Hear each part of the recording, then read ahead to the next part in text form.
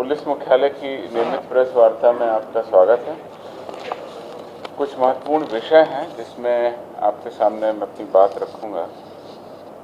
सबसे पहला विषय मैं रखूंगा सरकार के आत्मसमर्पण और पुनर्वास नीति के तहत योजना का लाभ देने की जो बात पिछली बार हुई थी उस पर, मद्य निषेध प्रभाग के द्वारा जो कार्रवाई की गई है, भारत नेपाल अंतर्राष्ट्रीय सीमा पर जो पुलिस की कार्रवाई की गई है, तीसरा, और उसके अलावा जो है दो तीन जो घटनाएं हुई हैं और जो अपराध कर्मियों के विरुद्ध कार्रवाई की गई है उसके बारे में आपको बताऊंगा। सबसे पहले मैं राज्य सरकार के नक्सलियों के विरुद्ध आत्मसमर्पण सह पुनर्वास नीति के तहत जो योजनाएं चलती हैं उसके बारे में जानकारी देंगे। और अभी इधर कल ही एक बैठक हुई है, उस बैठक में इनको करीब 20 लाख से ऊपर की राशि का इनको प्रोत्साहन राशि दी गई है, उसके बारे में आपको बताएंगे। सबसे पहले मैं आपको बताना चाहता हूं कि बिहार सरकार की आत्मसमर्पण सह पुनर्वासन योजना के अंतर्गत नक्सलियों के उच्च श्रेणी के आत्मसमर्पण पर 5 लाख रुपए और अन्य श्रेणी के नक्सलियों के आत्मसमर्पण पर 2.5 लाख रुपए दिए जाने की व्यवस्था है। उस नीति के तहत अगर वो हथियारों के साथ सरेंडर करते हैं तो अलग अलग इंसेंटिव है, हथियार के प्रकार और कारतूसों पर भी है, कितने कारतूस समर्पण किया उसकी अलग इंसेंटिव उनको दिया जाता है। इस योजना का जो लाभ मिलता है उसके तहत जो नक्सली सरेंडर करते हैं वो पहले पुनर्वास केंद्र में रहते हैं। उस पुनर्वास केंद्र में उनको रुचि और योग्यता के अनुसार प्रशिक्षण दिया जाता है कि वो ट्रेन हो जाए, जैसे कारपेंटरी है, प्लम्बर है या और भी कोई काम है, उसके लिए उनको ट्रेनिंग दी जाती है जिससे कि वह मुख्य धारा में जुड़ सकें। इसके लिए उन्हें 3 साल का समय दिया जाता है। 3 साल में वो अपनी स्किल को सीख लें और इसके लिए प्रति माह 6,000 रुपये भत्ता भी उनको दिया जाता है स्किल डेवलपमेंट के लिए। 1/4/2013 से जो सरेंडर कम रिहेबिलिटेशन पॉलिसी है उसमें अभी तक 96 नक्सलियों के द्वारा आत्मसमर्पण किया गया है। 2023 की अगर हम बात करें तो इस साल 4 नक्सलियों ने आत्मसमर्पण किया है। इस प्रकार 2013 से अभी तक 1 सेंचुरी पूरी हो गई है, यानी 100 लोगों के द्वारा आत्मसमर्पण अभी तक किया जा सका। कल जो बैठक हुई उस बैठक में राज्य स्तरीय समर्पण सह पुनर्वासन समिति की बैठक हुई। उसमें 4 वामपंथी उग्रवादियों को लाभ देने के लिए चयनित किया गया। ये बैठक जैसा आपको पता है एडीजी विशेष शाखा की अध्यक्षता में होती है। इसमें जो चारों के बारे में आपको बताना चाहता हूँ और आपके माध्यम से ये बात सभी के बीच पहुँचाना चाहता हूँ कि किस प्रकार से बिहार पुलिस और राज्य सरकार की इस नीति के तहत मुख्य धारा से जुड़ने के लिए, आत्मसमर्पण के लिए और पुनर्वासन के लिए प्रतिबद्धित है। नागेश्वर कोड़ा थाना धरहरा जिला मुंगेर के नक्सली थे, भाकपा माओवादी के सदस्य थे। 13 जून 2022 को इन्होंने आत्मसमर्पण किया। इनके विरुद्ध में उस समय 17 कांड दर्ज थे। इनको तात्कालिक सहायता जैसे आपको बताया गया 2.5 लाख रुपए दी गई। 10,000 रुपए की दर से, जो अभी पहले 6,000 रुपये था, बढ़ के इस बार की योजना में 10,000 हो गया, तो 10,000 रुपये की दर से 36 माह के लिए कुल 3,60,000 रुपये ये मिलेगा। उसके अलावा जो हथियार के साथ सरेंडर किए थे उसमें 3,288 रुपये और कुल देय राशि इनको मिलेगी 6,13,288 रुपये। दूसरे नक्सली जो आत्मसमर्पण किए थे बालेश्वर कोड़ा उर्फ मुखिया जी, थाना बरहट जिला जमुई के थे। इनको 13 जून 2022 को भी इन्होंने सरेंडर किया। इनके विरुद्ध में 63 कांड अंकित थे, 63 कांड अंकित थे। इस योजना के तहत तात्कालिक सहायता राशि की 2.5 लाख रुपए, प्रति माह 10,000 की दर से 36 माह के लिए 3,60,000 रुपये, सरेंडर हथियार के साथ की राशि मिला लें तो इनको कुल राशि 6,10,180 रुपये दे की जाएगी। तीसरे नक्सली जो सरेंडर किए थे अर्जुन कोड़ा, थाना बरहट जिला जमुई के, ये एरिया कमांडर के पद पर थे। इनके विरुद्ध 36 कांड अंकित थे। इनको भी 2.5 लाख रुपए प्लस 3,60,000 रुपये रोजगार हेतु भत्ता की राशि, सरेंडर हथियार की राशि को जोड़ देंगे, कुल राशि 6,20,540 रुपये इनको दे होगी। चौथे नक्सली डॉक्टर सोरेन कोड़ा उर्फ सुरेंद्र कोड़ा, थाना बरहट, जिला जमुई। इन्होंने 26 अक्टूबर 2020 को आत्मसमर्पण किया। इनके विरुद्ध 13 कांड अंकित थे। इनको भी 2.5 लाख रुपए, और चूंकि ये इनकी सरेंडर की डेट पहले की है, 2020 की है, तो पुरानी दर से इनको 6,000 रुपए की दर से 36 माह के लिए 2,16,000 रुपए, कुल इनको मिलेगा 4,66,000 रुपए। तो आप समझ सकते हैं कि इस तरह से 4 नक्सलियों के विरुद्ध 20 लाख से ऊपर की टोटल राशि का हमने सरेंडर प्लान और पैकेज को स्वीकृत किया। मीडिया के माध्यम से मैं आप सभी लोगों को ये बात रखना चाहता हूँ कि राज्य सरकार प्रतिबद्ध है, आत्मसमर्पण और पुनर्वास नीति का संचालन किया जा रहा है, जिससे लोग बाग नक्सली विचारधारा और हथियारों को छोड़ करके मुख्यधारा से जुड़े, और इसका काफ़ी सकारात्मक प्रभाव पड़ रहा है। जिस तरीके से आप देख रहे हैं कि 100 उग्रवादियों द्वारा अभी तक पिछले 2013 से आत्मसमर्पण किया गया। मद्य निषेध प्रभाग बिहार पुलिस मुख्यालय की एक विशिष्ट इकाई है, जिसके द्वारा लगातार मद्य निषेध की दिशा में कारगर कार्रवाई की जा रही है। वर्ष 2023 का आंकड़ा मेरे पास में उपलब्ध है, जो इस प्रभाग के द्वारा कार्रवाई की जा रही है।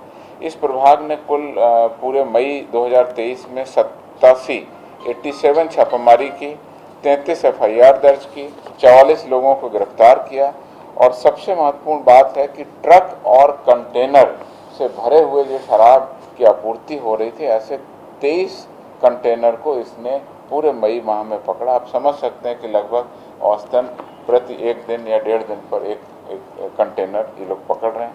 इसके अलावा 4 पहिया एवं अन्य वाहन 26 इस टीम के द्वारा पकड़े गए। 9 मोटरसाइकिल भी पकड़ी गई। 1,17,700 रुपये भी इसके द्वारा बरामद किए गए। जो ट्रक पकड़े गए हैं वो किन किन जिलों में, 10 जिलों में पकड़े गए, उनका मैं संख्या और जिलों का नाम आपको बता रहा हूँ। औरंगाबाद में मई महीने में 3 ट्रक कंटेनर, गया में भी 3, जहानाबाद, पटना और वैशाली में भी 3-3 कंटेनर इस टीम के द्वारा पकड़े गए। इस प्रकार से 7 जिलों में 3-3 कंटेनर पकड़े गए। 3 जिले थे जिसमें 2-2 कंटेनर पकड़े गए, जिसमें अरवल, मधुबनी और सीतामढ़ी शामिल हैं। उसके अलावा मुजफ्फरपुर और पश्चिम चंपारण में 1-1 कंटेनर पकड़ा गया। इस प्रकार से 23 कंटेनर, और इन कंटेनर की ही अगर हम शराब की मात्रा की कैलकुलेशन करें तो 1,05,348 लीटर शराब इन कंटेनर में ही भरी हुई थी, जो कि पुलिस के द्वारा मद्य निषेध प्रभाग के द्वारा पकड़ी गई।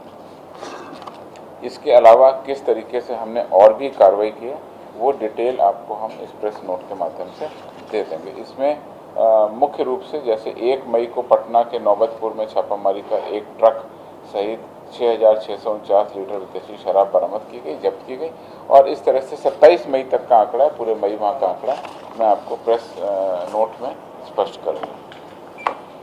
भारत नेपाल सीमा अंतर्राष्ट्रीय सीमा है, और इस सीमा पर लगातार चौकसी बिहार पुलिस के द्वारा बरती जा रही है। इस चौकसी के क्रम में सीमा से पार आने वाले और जो हमारे विदेशी नागरिक आते हैं और जो किसी भी तरह के उल्लंघन करते हैं, उसके विरुद्ध हम लोग कार्रवाई करते हैं। मई माह तक, मैंने 2023 के जनवरी से लेकर मई माह तक 11 राष्ट्रों के 35 विदेशी नागरिकों की गिरफ्तारी बिहार राज्य में की गई। ये विदेशी नागरिक नेपाल, सूडान, म्यांमार, रूस, चेक रिपब्लिक, तिब्बत, चीन का जो भाग है, पूर्वी अफ्रीका, उज्बेकिस्तान, नाइजीरिया, बांग्लादेश एवं संयुक्त राज्य अमेरिका के थे। इन सभी विदेशी नागरिकों को विभिन्न अपराधों में हमने गिरफ्तार किया, कांड दर्ज किया, और अभी ये सभी कांड अनुसंधान अंतर्गत हैं, और ये सभी विदेशी नागरिक भारत सरकार या राज्य के जो न्यायालय हैं उसमें न्यायिक हिरासत में। किस तरह के अपराधों में इनको गिरफ्तार किया गया वो ब्यौरा मैं आपको दे देता हूँ। अवैध रूप से बिहार या देश में एंट्री करने के आरोप में 20 विदेशी नागरिकों को, सोना की तस्करी के लिए 6 विदेशी नागरिकों को, मद्य निषेध के आरोप में 4 विदेशी नागरिकों को, गांजा एवं अन्य NDPS के आरोप में 1, अवैध मुद्रा करेंसी लेकर के आ रहे थे उसमें 1, अवैध आग्नेयास्त्र के साथ में पकड़े गए 1, चोरी गई कोई संपत्ति ला रहे थे धारा 414 भादवी के तहत 2, कुल जैसा आपको पहले बताया 11 राष्ट्रों के 35 नागरिकों को, विदेशी नागरिकों को बिहार पुलिस के द्वारा डिटेन किया गया, तलाशी ली गई, चीज़ों को जब्त किया गया और कांड दर्ज करके उनके विरुद्ध न्यायिक प्रक्रिया के तहत हम लोग कार्रवाई कर रहे हैं। जैसा कि आपको पता है, पटना सचिवालय की जो घटना कल हुई थी उसमें तीसरा आरोपी भी गिरफ्तार हुआ, अभी सीनियर एसपी ने मुझे बताया। कुल जो अभियुक्त हैं उसमें हिमांशु कुमार, सूरज कुमार, अभिषेक पटेल और छोटू। इसमें मोटरसाइकिल और मोबाइल कल ही बरामद हो गया था। आज जो है लूटी गई चेन भी इसमें बरामद हो गई है। जैसे पता चला एसके पुरी थाना अंतर्गत बोरिंग रोड चौराहा के पास सुबह करीब 5:47 पर एक महिला से चेन स्नैचिंग कर भाग रहे थे और भागने के क्रम में चेन लेकर के एक व्यक्ति उतर गया, एक अपराधी उतर गया। बाकी 2 लोग अफरा तफरी में भाग रहे थे, जिस क्रम में आपत्तिजनक तरीके से उन्होंने मोटरसाइकिल चलाई, रैश ड्राइविंग की। उसके लिए एक अलग से सचिवालय थाना में कांड दर्ज किया गया 99/23। एसके पुरी में जो चेन स्नैचिंग का कांड था 292/23। इस प्रकार से हम लोग इस घटना का पूरा उद्भेदन हो गया। मई महीने में प्रातः गश्ती के क्रम में जो पुलिस के द्वारा उपलब्धि है वो बताना चाहता हूँ। पूरे मई माह में 37 लोगों को प्रातः गश्ती के क्रम में हमने गिरफ्तार किया, यानी पटना पुलिस ने गिरफ्तार किया। उसमें अवैध आर्म्स के साथ में एक व्यक्ति, 2 और जो बरामदगी हुई है 37 व्यक्तियों को गिरफ्तार किया गया। और मॉर्निंग गश्ती में जो बरामदगी हुई है उसमें 1 कट्टा, 2 कारतूस, देसी विदेशी शराब 1885 litre, 18 motorcycle, 5 tempo, 2 scooty, 2 mobile phone. ये हमारी जो अर्ली मॉर्निंग की गश्ती है उसके द्वारा की गई कार्रवाई है। और नागरिकों की सुरक्षा के लिए और शहरी की सुरक्षा की व्यापक उसकी सुदृढ़ तरीके से हो उसके लिए निर्देश दिए गए हैं और उस तरह से हम लोग मॉर्निंग गश्ती को और प्रभावकारी बनाएंगे।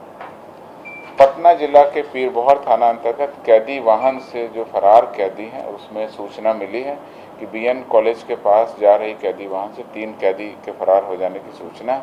फरार कैदियों के नाम है नीरज चौधरी, सोनू शर्मा और सोनू कुमार, सभी पटना जिले के हैं और ये सभी बंदी अगम कुआं कांड संख्या 268/20, दानापुर कांड संख्या 385/21, पीरबोहर थाना कांड संख्या 275/22 में 15 जून को माननीय न्यायालय में पेशी के लिए ले जाए जा रहे थे।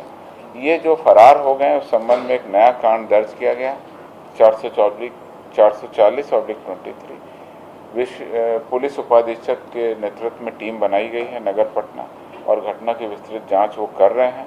प्रतिवेदन प्राप्त होगा, आगे की कार्रवाई की जाएगी और इस प्रकार से इस घटना के उद्भेदन के लिए भी हम लोग कार्रवाई कर रहे हैं।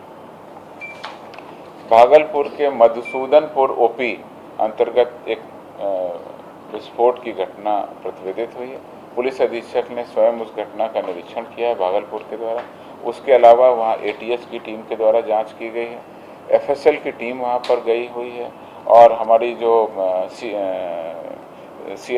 बम डिस्पोजल की टीम है उसके द्वारा भी वहां पर जांच की गई। अभी तक कोई अप्रिय या किसी भी आतंकवादी संगठन या इस तरह का कोई संगठन की बात प्रकाश में नहीं आई है।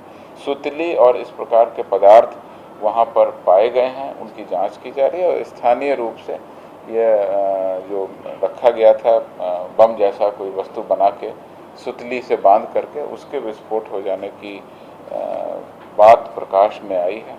अधिकृत जानकारी जब ये सभी लेबोरेटरीज की सारी जांच आ जाएगी तो पता चलेगा। इस संबंध में मधुसूदनपुर ओपी जो कि नाथनगर थाना का क्षेत्र है उसमें कांड दर्ज किया गया। कांड दर्ज करके जांच भी की जा रही है। 2 बच्चे जो इस घटना में जख्मी हुए थे उनकी स्थानीय मेडिकल कॉलेज भागलपुर में उनकी चिकित्सा की जा रही है।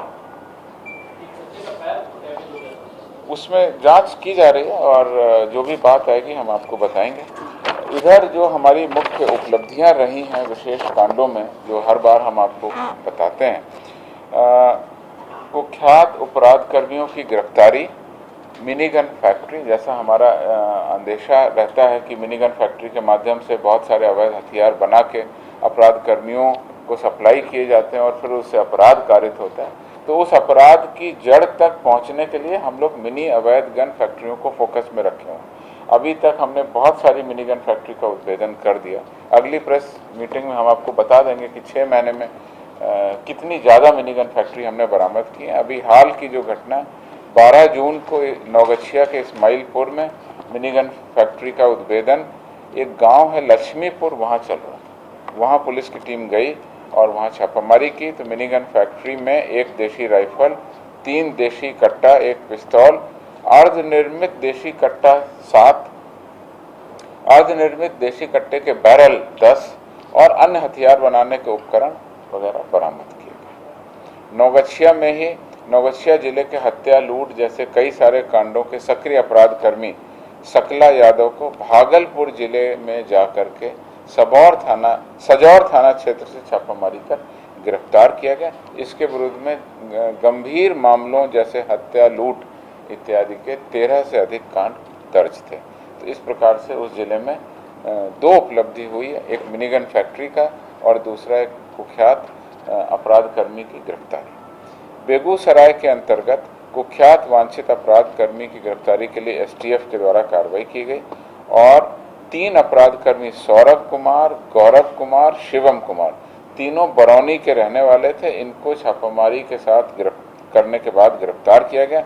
इनके पास से एक 9mm पिस्तौल, जिंदा गोली, मोटरसाइकिल और मोबाइल भी बरामद किया गया, जिसका विश्लेषण किया जा रहा है। कई सारे कांडों में इनकी संलिप्तता प्रकाश में आई है।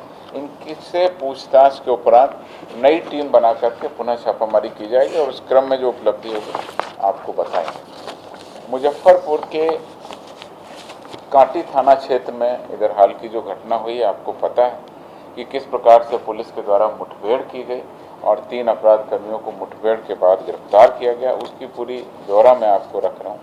5 जून को कांटी थाना क्षेत्र में एक घटना हुई अपराध की, जिसमें माइक्रो फाइनेंस कंपनी में लगभग 27 लाख रुपए की लूट की घटना हो गई। उस घटना के बाद पुलिस के द्वारा तुरंत एक एसआईटी का गठन किया गया, स्पेशल इन्वेस्टिगेशन टीम, कांड दर्ज किया गया।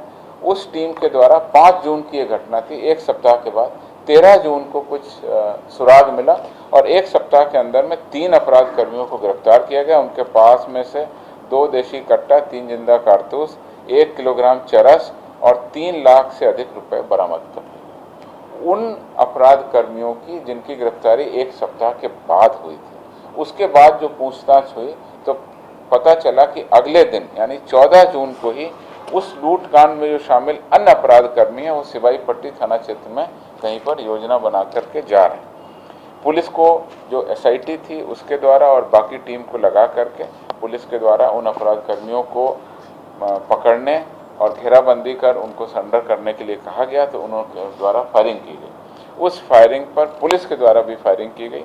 उसमें 3 अपराध कर्मी कौशल दास, संतोष सैनी उर्फ बैगन, राशिद उर्फ डेविड घायल हो गए। उन तीनों अपराध कर्मियों को घायल होने के बाद उनको गिरफ्तार किया गया और गिरफ्तार करने के बाद में उनका मेडिकल करा के 1 कार्बाइन, 2 पिस्तौल, लूट के 9,31,000 रुपए बरामद कर दिए गए। इस प्रकार से लगातार एसआईटी के द्वारा जो 5 जून को लूट की घटना हुई थी उसमें अभी तक 12 लाख रुपए बरामद कर लिए गए और आगे भी अनुसंधान किया जा रहा है।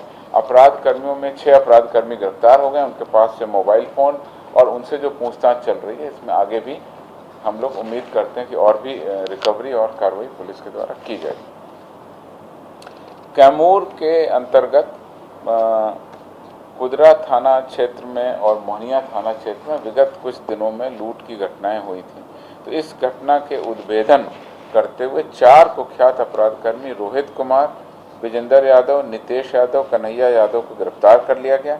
2 देशी कट्टा भी बरामद किया गया और साथ में लूट की 2 मोटरसाइकिल भी बरामद कर ली गई। लूटी गई मोबाइल भी बरामद की गई। इस प्रकार से इधर 2 महीने में उस थाना क्षेत्रों में कैमूर के मोहनिया कुदरा थाना क्षेत्रों में जो घटनाएं हुई थी उसका पुलिस के द्वारा सफल उद्भेदन कर लिया। इस प्रकार से आपको लगातार पुलिस की जो उपलब्धियां हैं उसके बारे में जानकारी दी गई।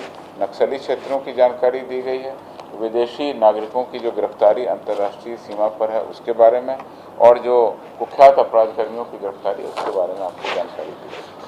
Thank you. TSA lab news से मैं हूँ आपके साथ संपादक अशोक कुमार झा। फिर मिलेंगे आपसे बेहतरीन और ताज़ा खबरों के साथ। नमस्कार।